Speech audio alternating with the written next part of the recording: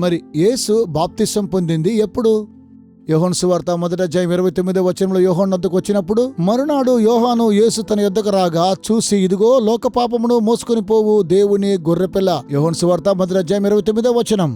లూకా సువార్తలో మనము చూసినట్లయితే, తాను ప్రసంగిస్తూ ప్రభువైన యేసు బాప్తిస్తానికి వచ్చినప్పుడు, ఆ దినాల్లో పొంతి పిలాతు పదవిలో ఉన్నాడు, అలాగే కైసరు ఉన్నాడు, అలాగుననే హేరోదు కూడా ఉన్నాడు. ఒకే ఒక సంవత్సరము చరిత్రలో వీరు ముగ్గురు కలిసి ఏలడం, వీరి పరిపాలన ముగించిన తరువాత అది క్రీస్తకము 27వ సంవత్సరము. ఈ 27వ శతాబ్దము దీన్ని చూసినట్లయితే 483 సంవత్సరాల తరువాత రాజైన అహస్వరేసు 457 సంవత్సరాలు ఏలాడు. ఆ దినాల్లోనే మెస్సియా బాప్తిస్తాన్ని పొందుకున్నాడు. ఏం జరిగింది బాప్తిసం తీసుకున్నప్పుడు? అపోస్తలుల కార్యం 10:38.